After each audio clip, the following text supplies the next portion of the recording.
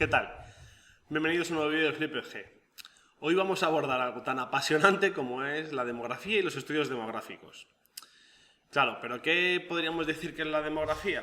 Bueno, pues es la ciencia que estudia la población humana y se encarga de analizar su evolución en el pasado y sus características en la actualidad. Y que encima hace previsiones de cómo será en el futuro. Para ello tenemos que abordar qué son las tasas demográficas, ¿de acuerdo? Pues son las cifras que nos dan a partir de distintas fórmulas de la gente que nace, de la gente que está en edad de procrear, la gente que muere y también la mortalidad infantil. Asimismo, como el crecimiento natural. Pero bueno, vamos a ir poco a poco. Empezamos con la tasa de natalidad. Bien, ¿qué nos dice la tasa de natalidad? Es la gente que nace en un año dividido por la población total multiplicado por 1000. Bueno, encontrar datos actuales del mundo bien es un poco complicado. Entonces vamos a usar tablas del 2013. Bien, aunque son de hace 6 años, estos movimientos demográficos no varían en tan corto espacio de tiempo. Bien.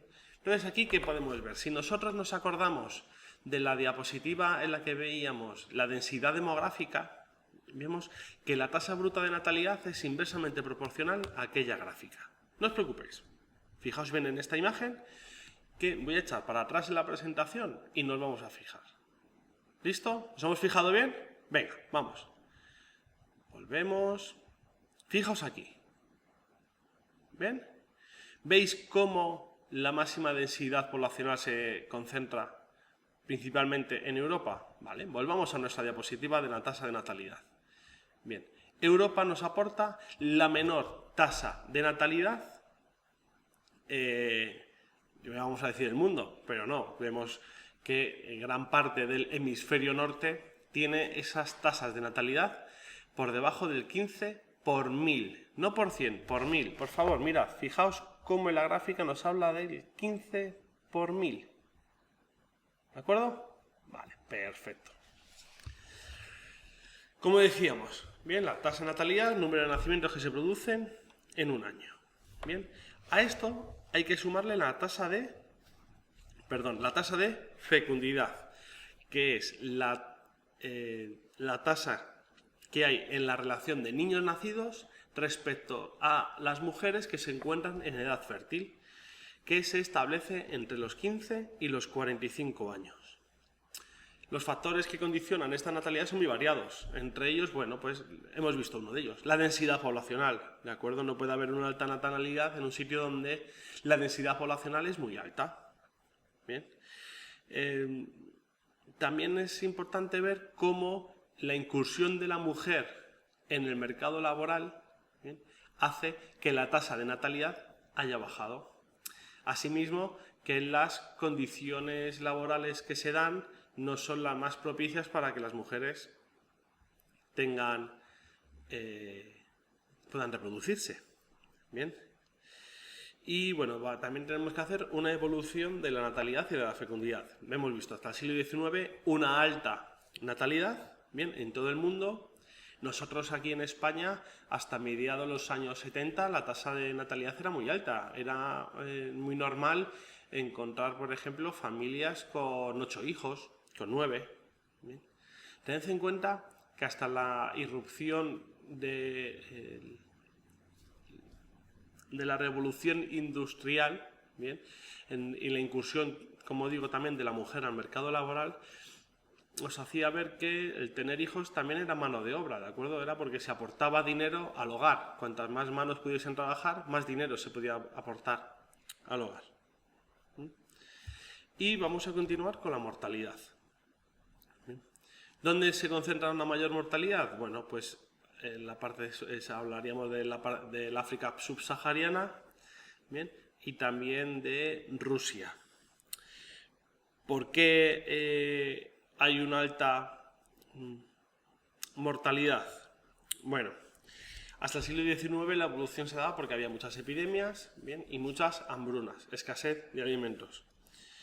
¿Qué ocurre a partir del siglo XX? Que esa tasa de mortalidad se descendió. Bien, aquí estamos viendo que la tasa de mortalidad está sobre el 13 por 1000. Bien, nosotros en Europa más occidental, bien, entre el 9 y el 11 por 1000. Ahora continuamos con la tasa de crecimiento natural, también llamada tasa de crecimiento vegetativo, que es la diferencia entre el número de nacimientos y el número de defunciones, ¿bien?, de fallecimientos. Esta tasa puede ser positiva o negativa. Positiva si hay más nacimientos que defunciones y negativa si hay más fallecimientos que nacimientos. Como hemos visto que el crecimiento es débil, bien, hay veces que incluso es negativo, sobre todo en los países desarrollados. Así lo vemos aquí en el mapa. En Rusia y concretamente en la península ibérica, Italia y la zona balcánica, estamos por debajo, es decir, estamos por debajo del 1 por 1000. Es decir, hay más fallecimientos que nacimientos. Eso es un factor muy importante de cara al futuro. También hay que ver aquí que la esperanza de vida, bien, ahora es muy alta, ¿de acuerdo? No supera los 80 años de edad, mientras que antiguamente no llegaba a esas cifras, ni mucho menos. Continuemos. Ahora nosotros tenemos que ver, claro, ya hemos visto toda esta población, vamos a ver la estructura demográfica. Bien. Pues la estructura demográfica lo que nos dice es quiénes son, a partir de la edad, del género, bien, los que viven en estos países. Así, aquí podemos ver un factor que es fundamental y es el alto número de personas mayores con respecto a las jóvenes que viven en el mundo. Bien. Vemos que hay una población mayor de 65 años, muy importante en el hemisferio norte y en América Latina, ¿bien?, a excepción de un par de países, ¿bien?, de Bolivia y de Paraguay, que son los que mantienen una tasa por encima del 20% en una prospección para 2059, es decir, viendo los parámetros actuales demográficos, cómo será en 2059. Es decir, 2/3 del mundo tendrán una población muy mayor. Aquí vemos cómo es eso, ¿bien? Las personas mayores las ponemos a partir de 65 años, los adultos entre los 15 y los 64 y los niños jóvenes entre 0 y los 14. Aquí tenemos un mapa migratorio, bien, de lo que nos ha dado. No, corto y vuelvo a esto.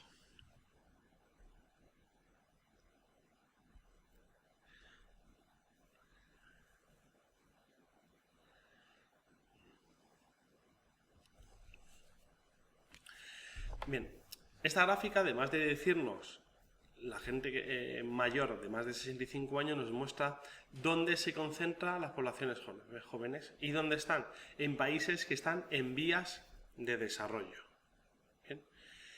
Es importante también ver cómo se han dado políticas llamadas antinatalistas en distintos países, como por ejemplo en China, en el cual se penalizaba con que si había familias con más de un hijo, debido a la masificación que había en este país.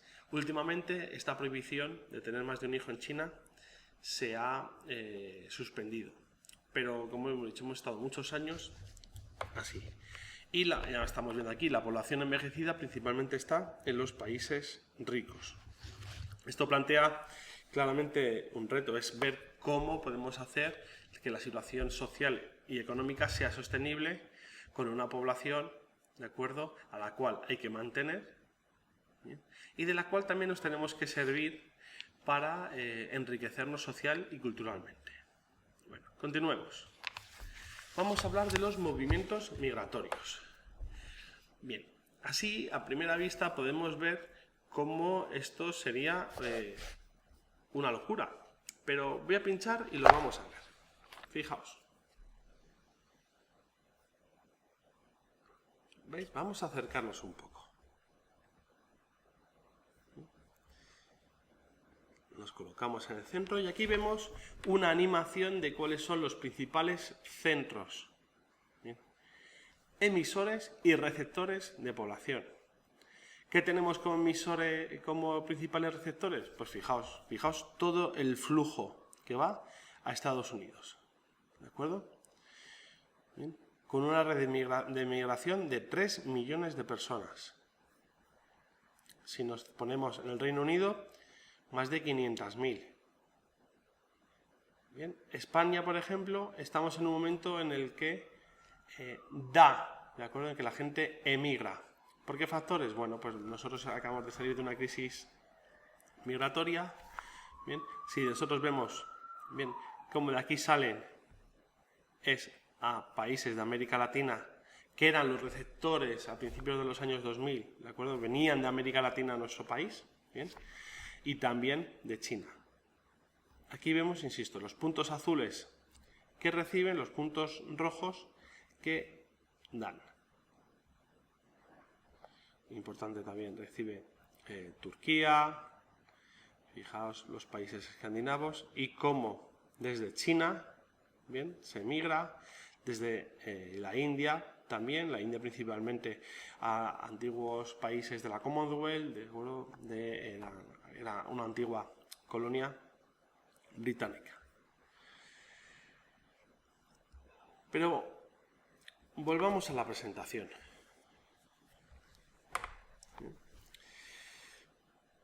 De todo lo que acabamos de ver tenemos que tener claro que son los inmigrantes son los que dejan su propio país en busca de otro, y los inmigrantes los que llegan a un país proveniente de otro.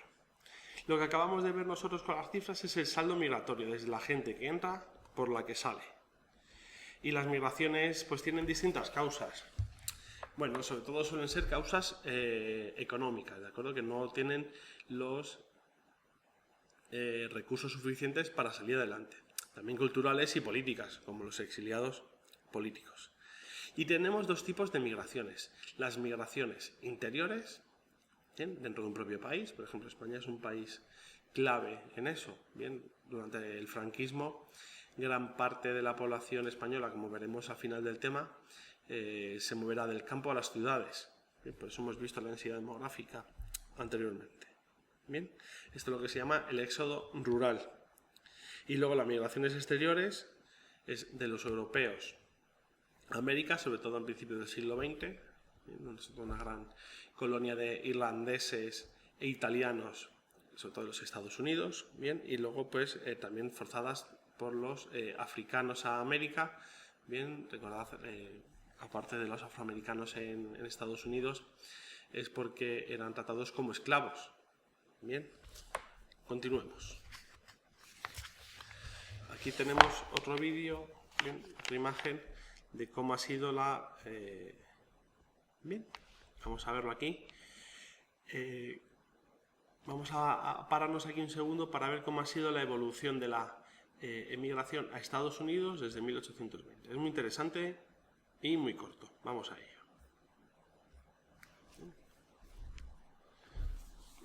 Primero con unos pocos puntitos, ¿de acuerdo? Bien. A la izquierda nos va apareciendo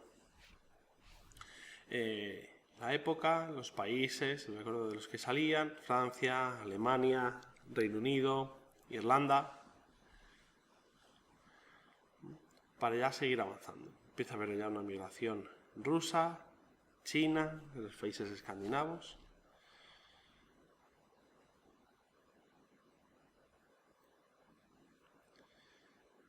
Con el cambio de siglo, Italia pasa a ser el primer país que envía.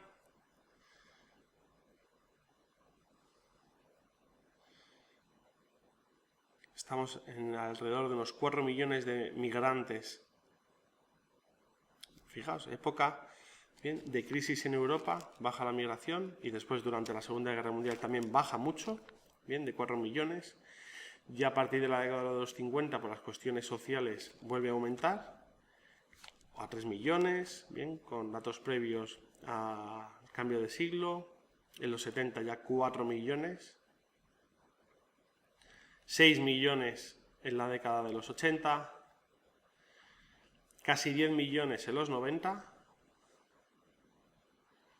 Bien. Más de 10 millones en el 2000. Y hasta 2013, que son los datos, unos 4.